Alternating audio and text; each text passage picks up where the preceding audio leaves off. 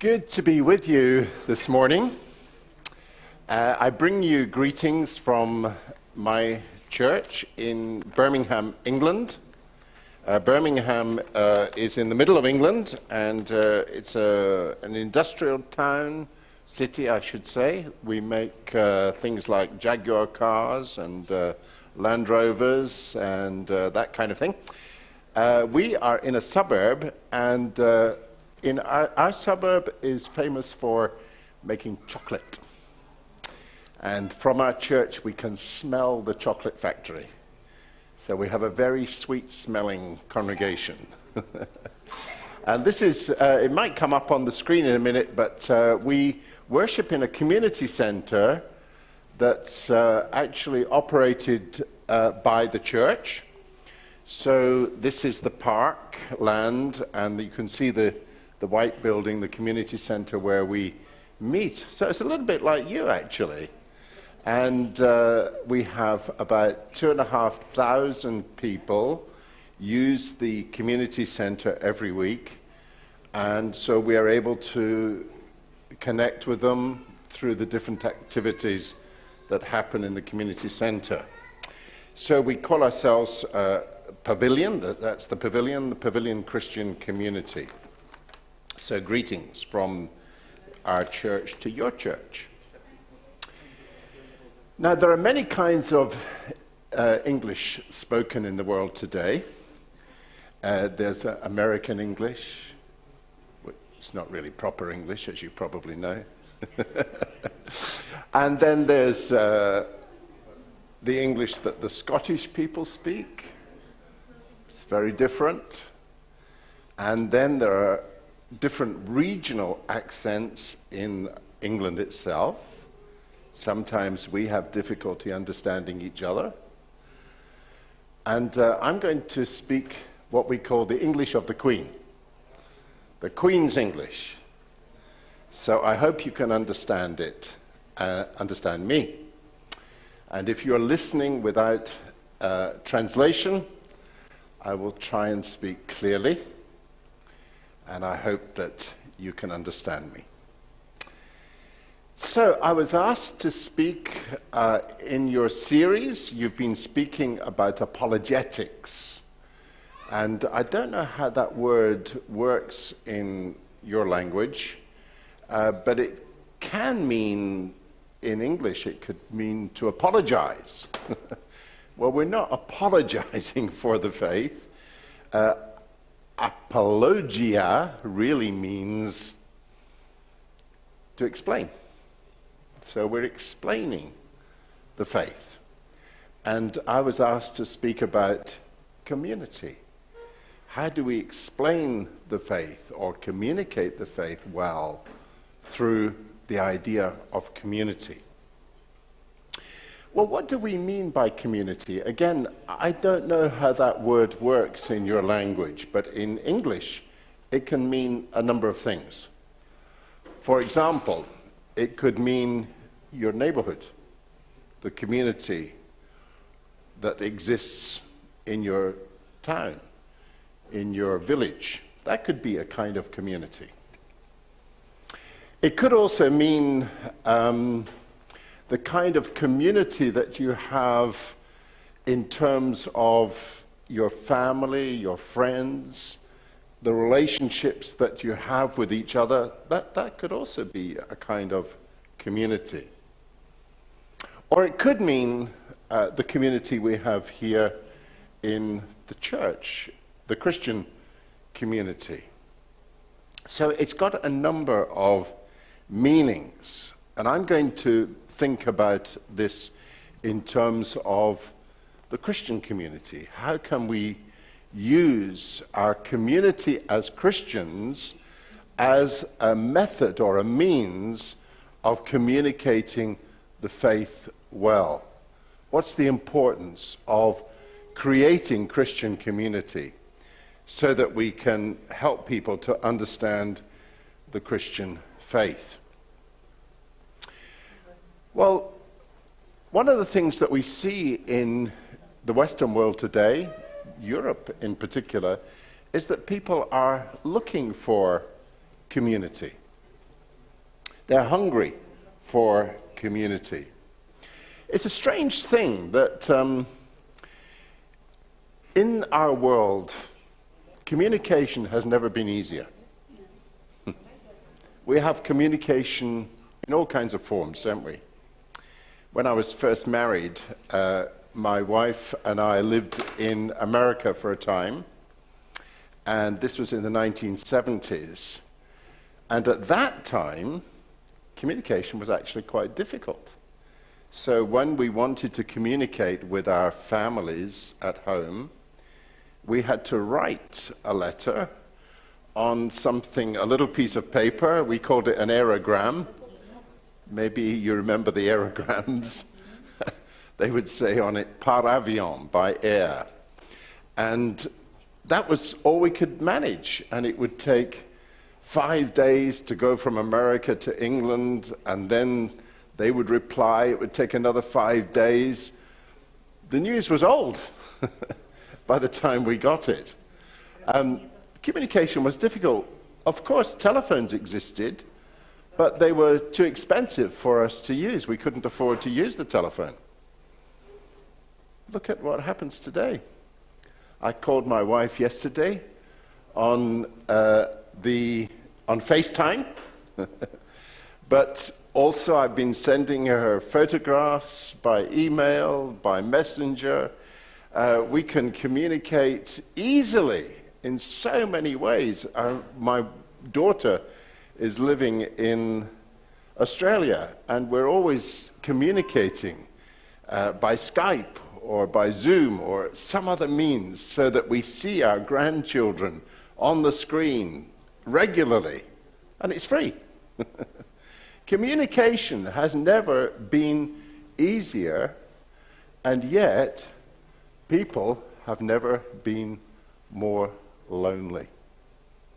Isn't that strange? Communication has never been easier, and yet people have never been more lonely.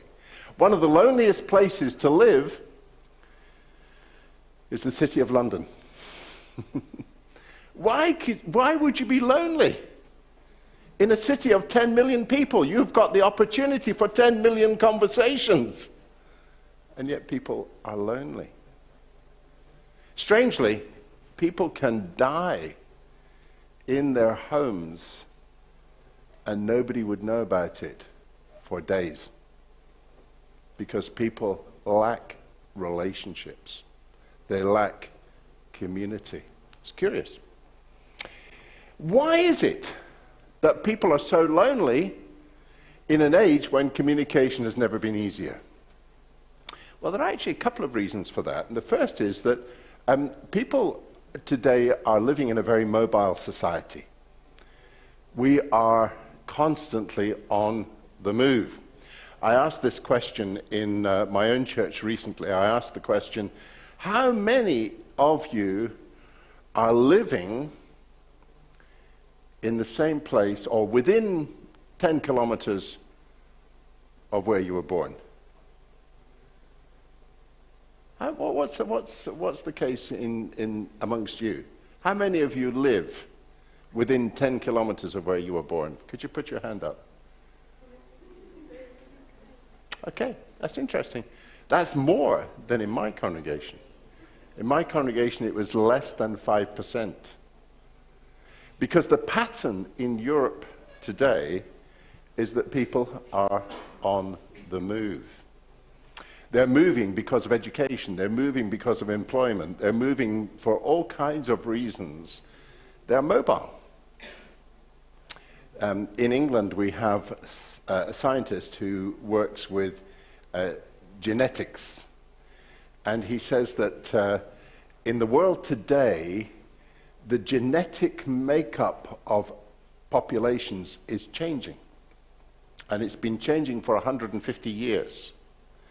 And the biggest change was the invention of the bicycle.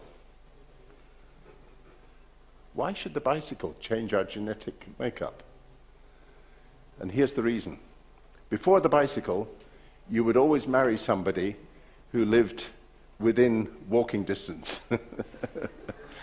within 5 kilometers, say, of where you lived. After the bicycle, then it became 20 kilometers. That was the biggest revolution in the genetic pool of humankind, the invention of the bicycle. Of course, then came the invention of the car, the automobile, and then that changed the genetic makeup again, because you had now access to many more marriage partners. And then came the invention of education, which took people to different cities and places when they became teenagers, late teens. And then came the invention of the internet dating. And now you could just as easily marry somebody from another continent as you could from your own community. People are very mobile today. And that ability to move disconnects us. It disconnects us from the relationships, from the family relationships that actually traditionally have been so important. So that's one reason, the mobility of people. But the second reason is this. In Europe today, in secular thinking, in the thinking of the world, there are some curious ideas that actually serve to break down community. And here's the thinking that happens in the secular world. The big idea in the Western world is freedom. We want to be free. How can we be free? Well, we are free if we operate as individuals. We're free if we don't have obligations to others. We're free if we don't have commitments to other people. And so the idea is that if we could be truly free, we would have no commitments to anybody else. We'd only be committed to ourselves. And so that freedom would bring us happiness. And here's the strange thing. It actually makes us miserable. Why does it make us miserable? Because actually, we were not made to be individuals. We were made to be in relationship. We were made to be in community. And the strange thing is that we are happiest when we have relationships, deep relationships, committed relationships with other people. One of my students conducted a survey amongst 20-somethings in his area, 20-somethings who did not go to church. And he asked them this question: if you could have anything you wanted, what would that be? And here's the curious response they gave. What we would most like in life is to have relationships with other people that were based on deep trust. Relationships that were faithful. Relationships that were faithful lived in community. Now, I don't know about you, but that kind of sounds like a description of church. Isn't that what church should be? Relationships of trust, of faithfulness, lived in community.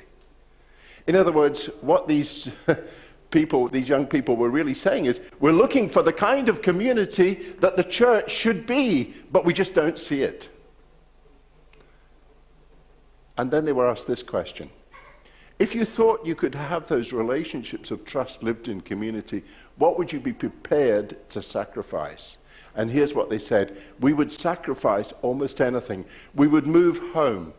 We would change our job. We would take a pay cut. We would do almost anything if we thought it was possible to have relationships of trust lived in community. But here's the thing: we don't think it's possible. Why didn't they think it was possible? Because they couldn't see it anywhere in their life experience. One of my favorite writers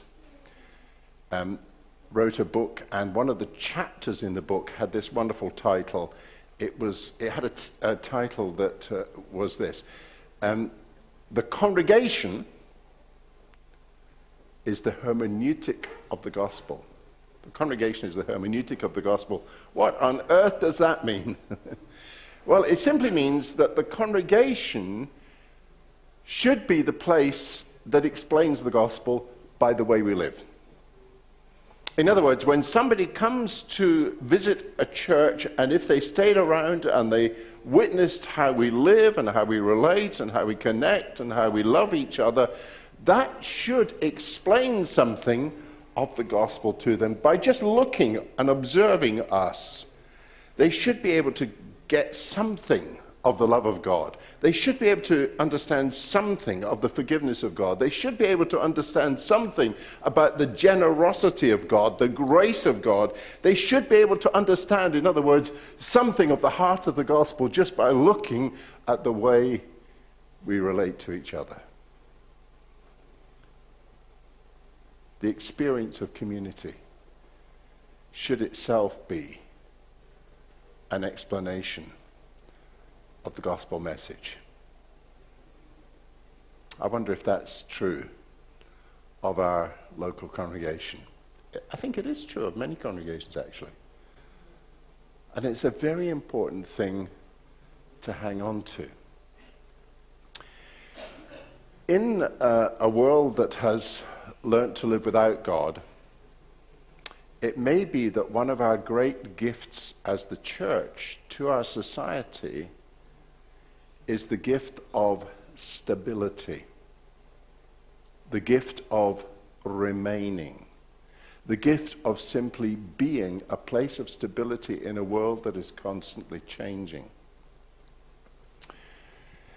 I was speaking to, I don't know if you have ever heard of the Taizé community. Have you heard of the Taizé community? Okay, it's in eastern France, and it's a mixed Protestant and Catholic monastic community founded by a Protestant man, Brother Roger. And Brother Roger has died recently. I was speaking to one of the brothers from the community, and he told me that in the years before Brother Roger died, many young people would come back to Taizé every summer, and maybe that was their only experience of Christianity. Maybe that was the only thing they ever saw, just their experience once a year coming to Taizé. And often they would go and they would want to see, is Brother Roger still here? And it was almost as if their pilgrimage was partly to experience stability. Brother Roger's still here. It's amazing. Every year we come back and Brother Roger is still here. Why was that amazing? Because it was the only point of stability in their lives. Because they had experienced a society in which they couldn't trust any relationships because their parents had divorced, because they saw their friends cheating on each other, because they saw betrayal, and they went to this community, and here was integrity and stability, and it may just be that that's our gift to the world at this time. To be a place of stability where relationships can be trusted. And through that, we communicate something of the nature, the heart of the Christian gospel and the personhood of God. Well, I forgot to look at my watch when I started, but I kind of get the feeling, because I've been a preacher for a long time, that my time is up. Is that right? Yes, he says. So thank you very much for listening. And I hope you understood my kind of English. Well, we're not done yet. Okay. You want to go sit up? Sure.